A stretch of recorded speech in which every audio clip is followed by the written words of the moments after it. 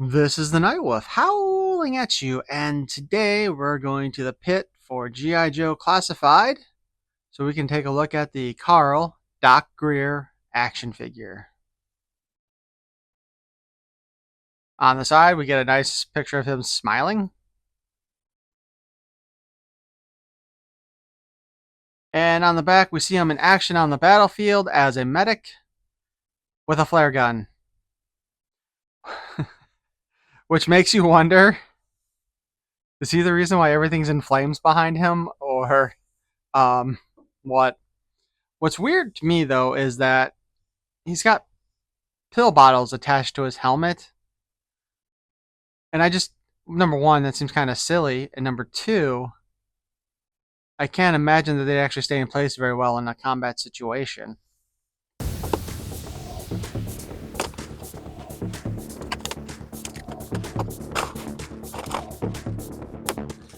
I do like that they're actually making this easier to like pull the figures out from the bottom of the box.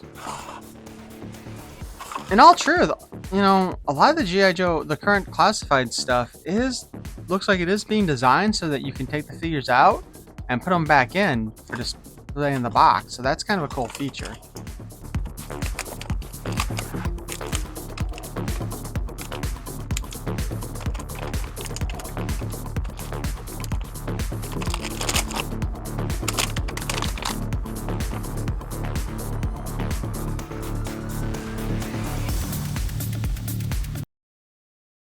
So Doc's head sculpt looks pretty cool. He's got a little bit of gray at the temples there, so he is an older character. Guessing he's probably in his late 40s, early 50s.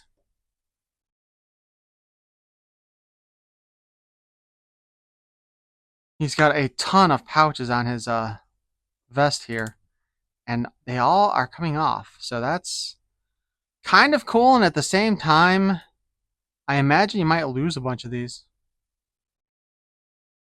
I really do wish, though, even the one on the back comes off. He's still got a backpack holder.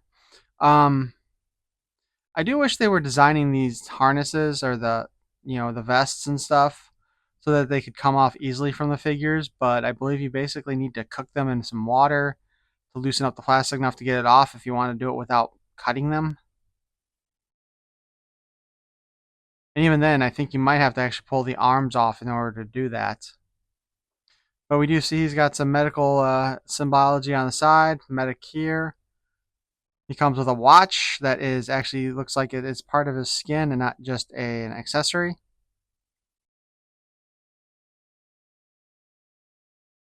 Got another pack on his leg. He is prepared for just about anything.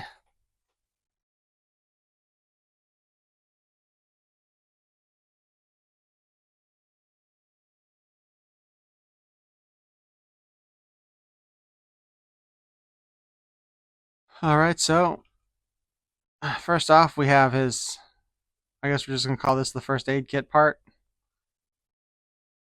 which we will attach to the front. And unlike the rest of the ones, it does not want to stay in very well. So that's kind of disappointing.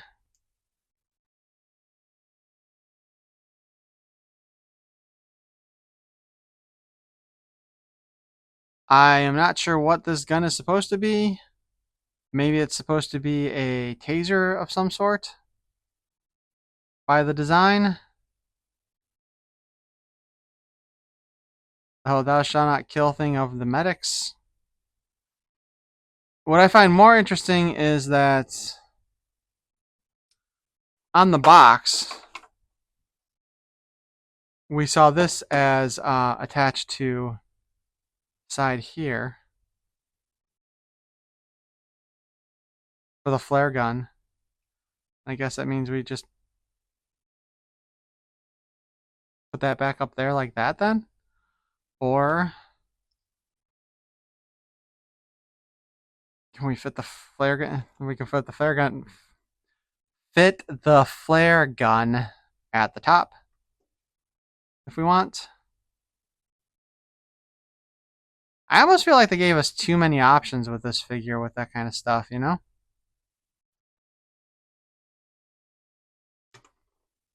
Here's the flare gun itself. It does come with a blast effects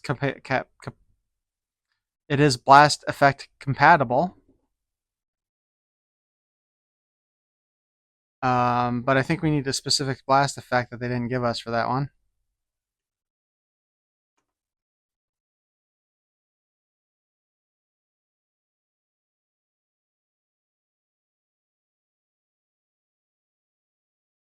Doc also has his green sunglasses.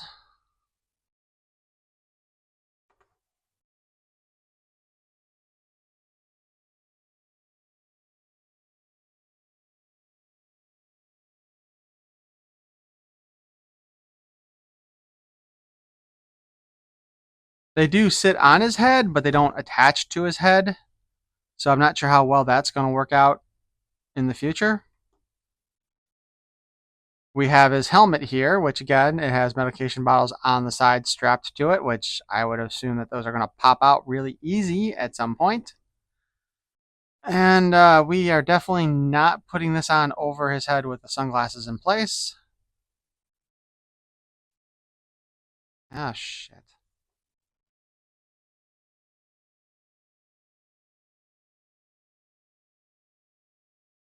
There's something to be said about having too many removable pouches.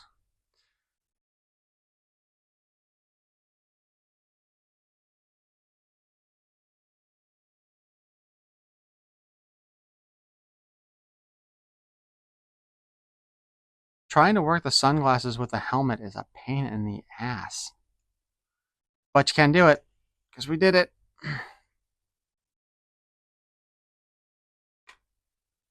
Articulation wise, we have the G.I. Joe chicken neck. We are actually getting quite a bit of forward motion in the bottom part that we haven't gotten in a while. We can spin the head around on its ball joint. Look down, look up, look sideways.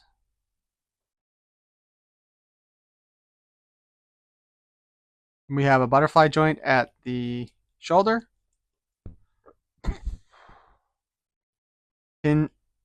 Ooh.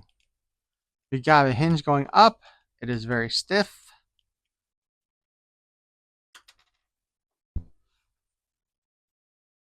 We have the bicep cut.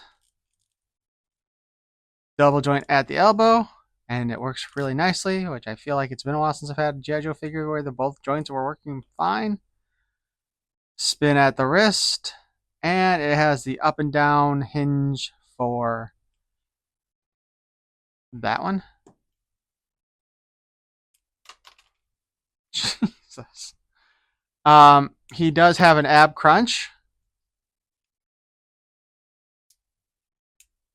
And he has a waist swivel, which has the ball joint so we can wiggle him.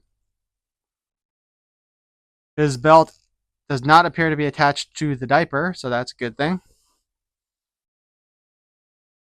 We have drop down hips as per norm. We have a thigh cut so we can spin the thigh all around.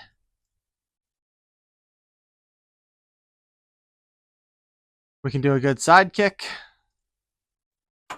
He can almost do the splits. Actually, I wonder.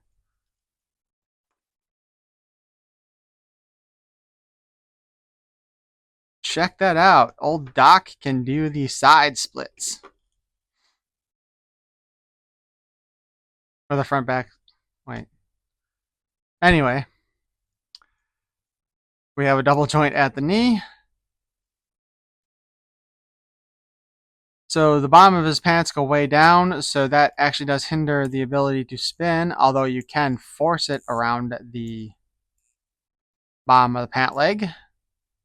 There is a hinge in there, but again, with the way the pant leg is designed, you don't get as much use out of it as you normally do with the G.I. Joe figures.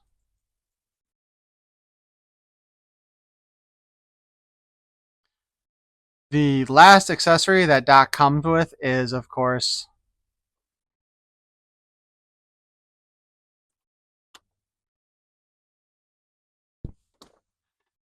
I totally forgot what that's actually called. I feel really stupid right now. However, the design of this is kind of silly because the hinge is in the middle like that. So for this to properly work the way they would want it to, and I know they didn't do that because they have the little legs here to help hold it up when it's down like this, but the hinge should have been at this part here.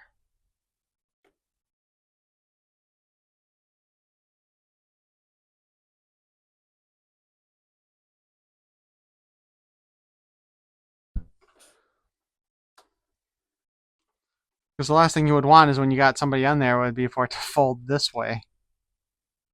It ain't gonna do much for back injuries.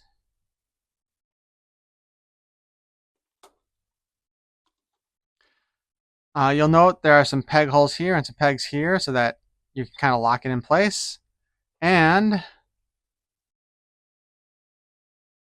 it is in fact designed to go on to his back, which makes it even weirder here now because we have all these pouches.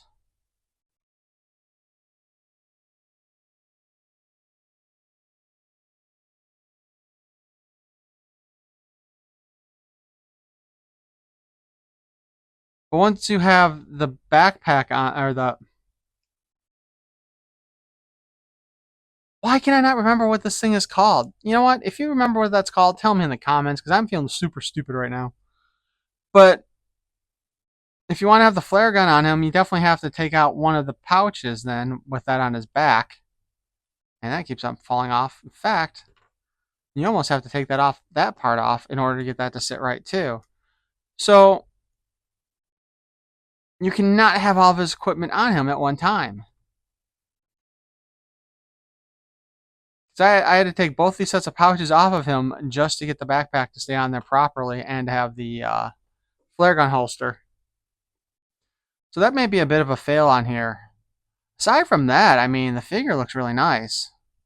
Although I wish that... I do kind of wish that there was a better way to do the glasses on him.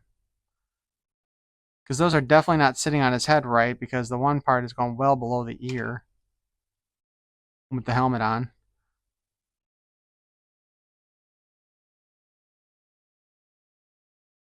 And the pouches just keep popping off.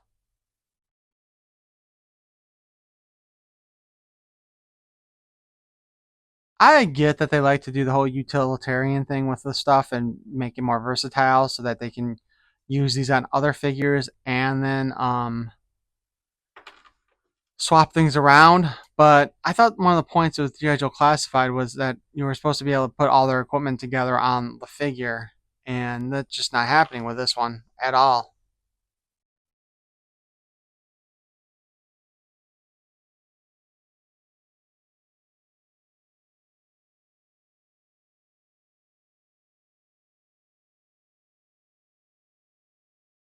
Medic, code name Doc, file name Greer, Carl W, SN number RA367221097, primary military specialty medicinal doctor, secondary military specialty chaplain's assistant, birthplace Concord, Massachusetts, grade O3, captain.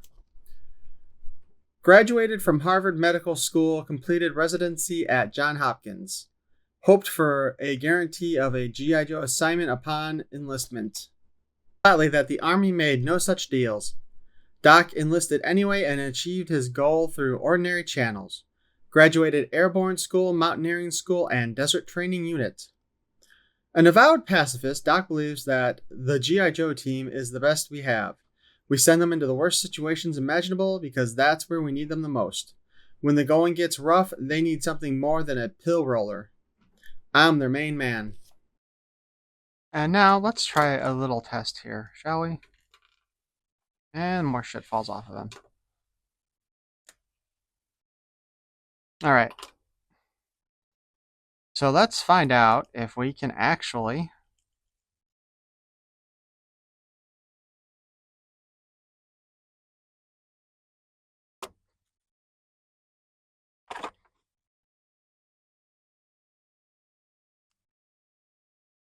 Oh, for God's sake.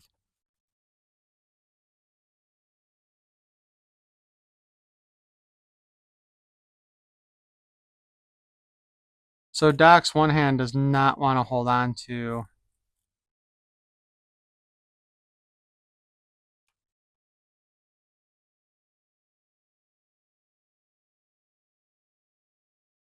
Oh shit! And there we go. It's doing exactly what I was afraid it was going to do.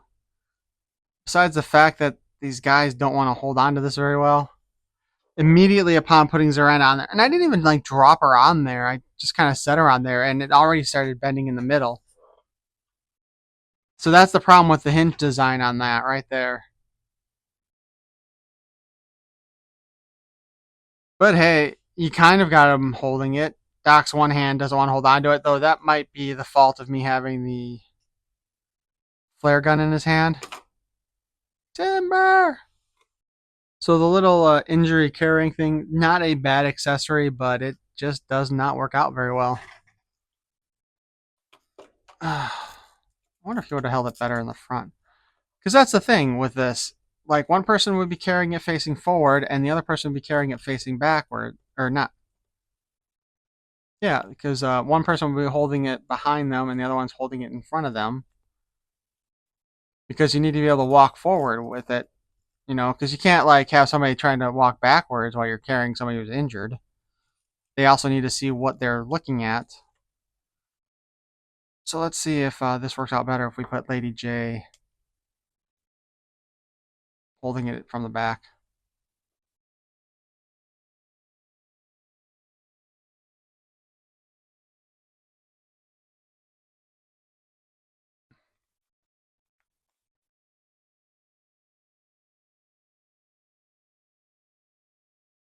Okay.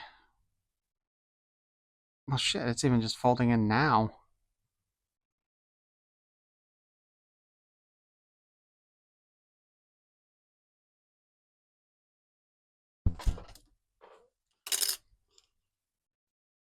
Maybe if we add stands.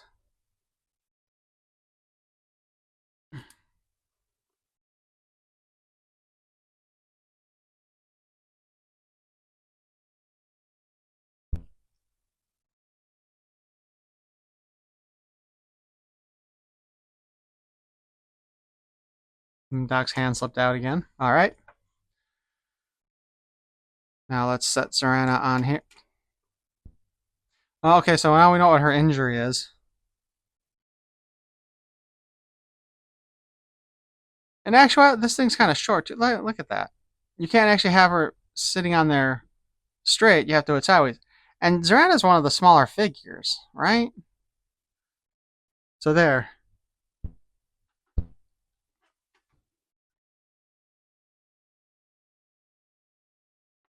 Rock and Roll here has a more standard male buck. Um,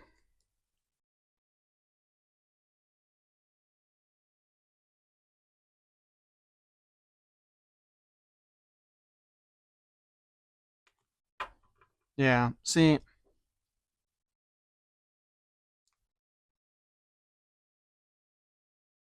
so they didn't even make this thing long enough to fit.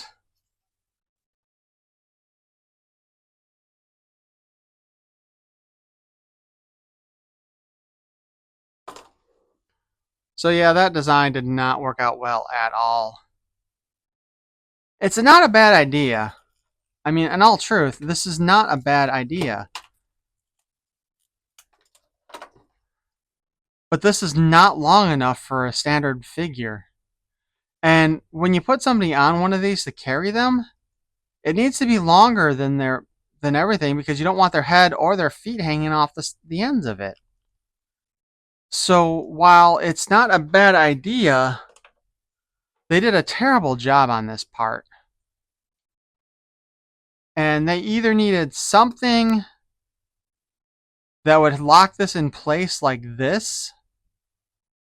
And that might have been something like just redesigning the hinges so that there was a little tab that held it in place once you had it. Or, you know, they could have actually had a couple little like tabs on the side of this so that when it opened up, they kind of pushed together.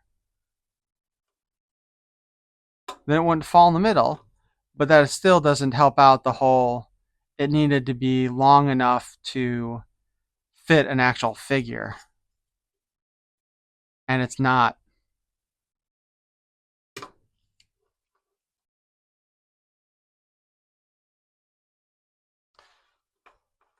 So the overall on Doc here, the figure himself is pretty nice, but like all the pouches fall off while you're messing with him. The little cot thing, which why can I not remember what it's called? It's not long enough, and the hinges are shaped badly so that it doesn't stay open once you open it. So if you do set up a carry scene, it's going to crunch in the middle, and you're going to injure your person you're trying to save. Everything else about him is fine. I think he probably would look better without the vest, though, at this point. So I hope you enjoyed this review of Carl Doc Greer. Please feel free to leave a comment. Let me know if you have any thoughts on how this thing works, and especially if you know what it's called. And I just can't for the life of me remember what it is right now, and it's bothering me. Throw up a subscribe. Peace and love. Taking a better look at Doc's sunglasses here. They are not sized right for his head.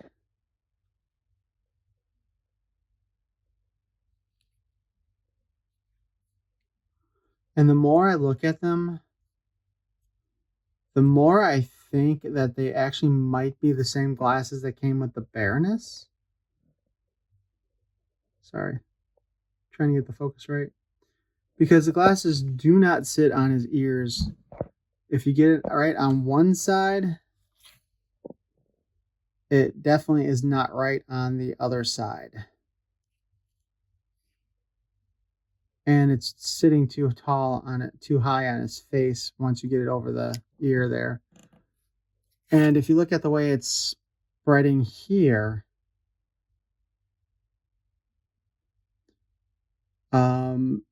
it's not even wide enough for his face. So yeah, I think these might actually be one of the pairs of glasses that came with the Baroness.